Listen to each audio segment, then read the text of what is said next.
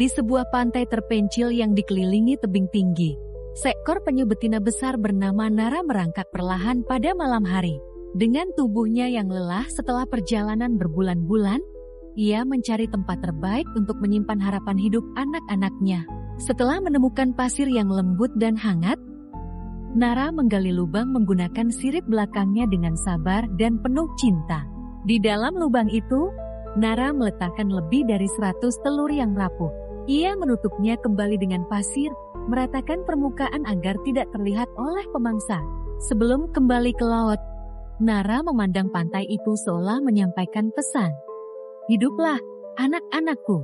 Semoga kalian bisa kembali suatu hari nanti. Bulan berganti.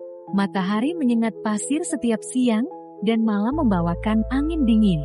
Di balik keheningan, di dalam sarang pasir itu, kehidupan kecil tumbuh.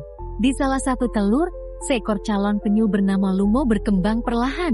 Ia merasakan kehangatan, getaran ombak, dan bisikan angin yang menembus pasir. Hingga suatu malam, ketika bulan hampir penuh, proses besar itu dimulai.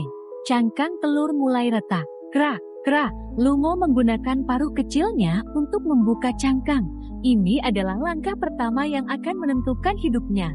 Dengan tenaga yang ia kumpulkan sejak dalam telur, ia terus mendorong hingga akhirnya kepalanya muncul.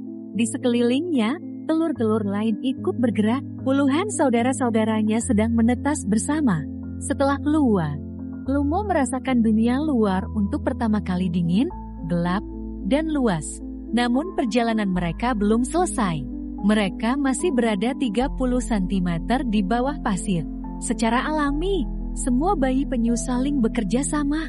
Dengan kaki mungil, mereka mendorong pasir ke samping, perlahan membuat terowongan menuju permukaan. Perjuangan itu berlangsung lama, hampir 1 jam. Hingga akhirnya, Lumo merasakan sentuhan udara malam di kulitnya. Ia muncul di permukaan pasir yang lembut, disinari cahaya bulan. Namun bahaya segera mengintai. Seekor kepiting raksasa pesisir merayap cepat, mengincar penyu-penyu kecil itu. Ketika kepiting itu mendekat, Lumo hampir terjebak. Tapi dua saudaranya menabraknya dari samping tanpa sengaja, membuat pasir berhamburan dan mengalihkan perhatian kepiting. Lumo memanfaatkan kesempatan itu untuk merayap ke arah cahaya bulan. Tak lama, muncul bayangan besar di langit burung camar yang lapar. Burung itu terbang rendah, matanya tajam mengincar gerakan kecil di pasir. Bayangan sayapnya membuat suhu pasir terasa sejuk sesaat.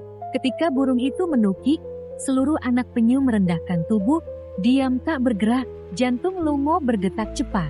Beruntung, burung itu melihat kelompok lain di kejauhan dan terbang mengejar mereka.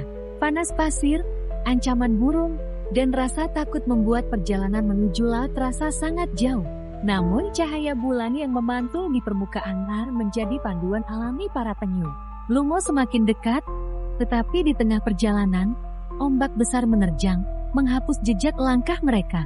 Pasir menjadi lebih berat. Lumo terguling, tubuh kecilnya terbentur kerikil. Ia bangkit, meski lelah dan nyaris menyerah. Tiba-tiba, dari ujung pantai, terdengar suara langkah manusia. Sekelompok ilmuwan konservasi yang sedang memantau penetasan penyu mendekat. Mereka mematikan senter agar tidak membingungkan bayi penyu, lalu berdiri jauh agar tidak mengganggu, namun tetap memastikan tidak ada pemangsa yang mendekat. Salah satu ilmuwan berbisik, "Ayo kecil, kalian pasti bisa."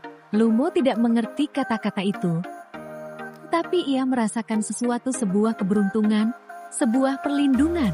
Akhirnya, setelah perjuangan panjang, tubuh mungil Lumo merasakan sentuhan ombak pertama. Air dingin menyapu tubuhnya, seperti sambutan hangat dari rumah sejatinya. Ombak kedua datang, mendorongnya masuk ke laut. Ia berenang pelan, lalu semakin jauh, mengikuti arus laut malam yang tenang.